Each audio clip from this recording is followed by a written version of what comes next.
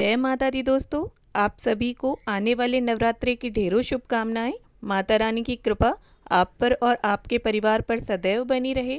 इसी मंगल कामना के साथ आज के इस वीडियो में मैं आप सभी को बताने वाली हूं कि जिस प्रकार नवरात्रि के 9 दिनों में माँ दुर्गा के अलग अलग रूपों की पूजा की जाती है, ठीक उसी प्रकार 9 दिनों में माता को प्रत्येक दिन के अनुसार भोग प्रसाद अर्पित करने से माँ दुर्गा सभी प्रकार की मनोकामनाओं को पूर्ण कर जीवन में आने वाली समस्याओं को दूर करती हैं। तो आज के इस वीडियो में मैं आप सभी को बताऊंगी कि माता रानी को किस दिन कौन सा भोग लगाने पर क्या फल मिलता है और जीवन में आने वाली कौन कौन सी समस्याएं दूर होती हैं। तो देखिए, सबसे पहले तो आप ये जान लीजिए कि आप अपनी सुविधा के अनुसार जो भी भोग प्रसाद अर्पित करना चाहते हैं, चाहे वो पंचमेवा हो, किसी भी प्रकार की कोई मिठाई हो, चाहे आपने घर में बनाई हो या आप बाजार से लाए हो, और साथ में आप बताशे का भोग अगर लगाना चाहते हैं तो वो भी लगा सकते हैं। बस इस बात का ध्यान रखें जरा, बताशे के साथ आपको एक फूल वाली लौंग का जोड़ा जरूर रखना चाहिए।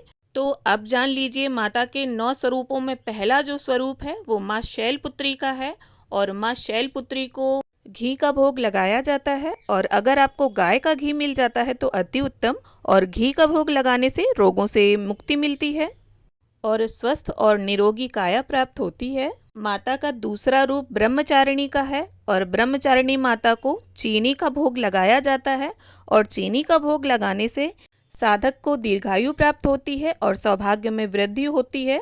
इसके बाद तीसरा जो स्वरूप है वो माता चंद्रघंटा का है, और माता चंद्रघंटा को दूध का भोग लगाया जाता है, और दूध का भोग लगाने से धन की प्राप्ति होती है और दुखों का नाश होता है। चौथा दिन जो है वो कूष्मांडा माता का होता है, और कूष्मांडा माता को मालपुए का भोग लगाया जाता है, और मालपुए का भोग लगाने से तेज बुद्धि प्राप्त होती है, और बुद्धि का विकास होने के साथ साथ निर्णय की जो क्षमता होती है उसमें भी वृद्धि होती है। पांचवा जो दिन होता है वो स्कंद माता का होता है, और स्कंद माता को केले अति प्रिय होते हैं तो उन्हें केले का भोग लगाया जाता है, और केले का भोग लगाने से अच्छा स्वास्थ्य और निरोगी काया प्राप्त होती है। अब छठवां जो रूप है माता का वो कात्यायनी माता का है, और कात्यायनी माता को पान और शहद दोनों का भोग लगाया जाता है, और इन दोनों भोगों को समर्पित करने से साधक को बाहरी और आंतरिक सुंदरता प्राप्त होती है, आकर्षण में वृद्धि होती है, और साथ ही साथ जीवन में मिठास आती है।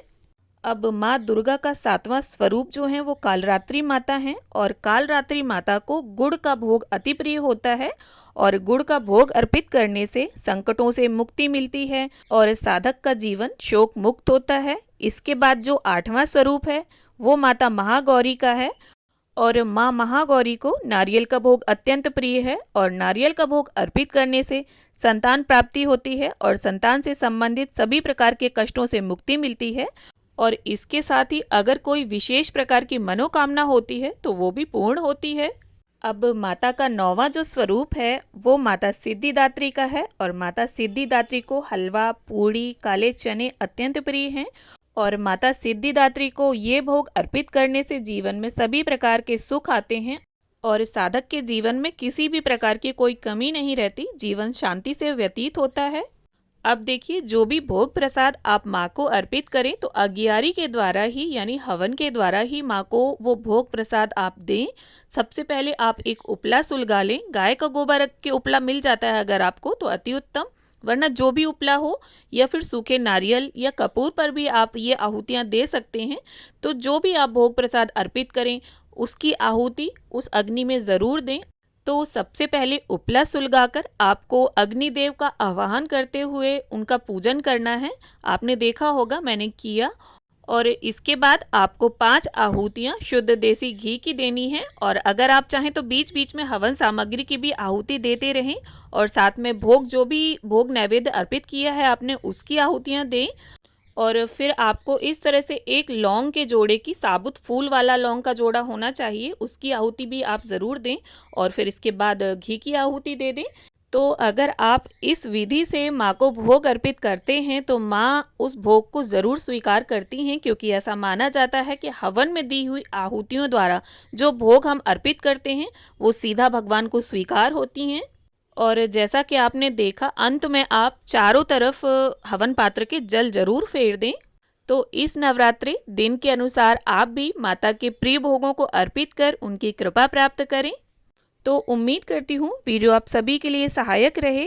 वीडियो अगर अच्छी लगे तो इसे लाइक करें, शेयर करें और हिंदू धर्म से संबंधित सभी प्रकार के व्रत, तीज, त्योहार की जानकारी के लिए चैनल को सब्सक्राइब कर लें। तो फिर मिलते हैं किसी और वीडियो के साथ। माँ भगवती की कृपा आप सभी पर सदैव बनी रहे।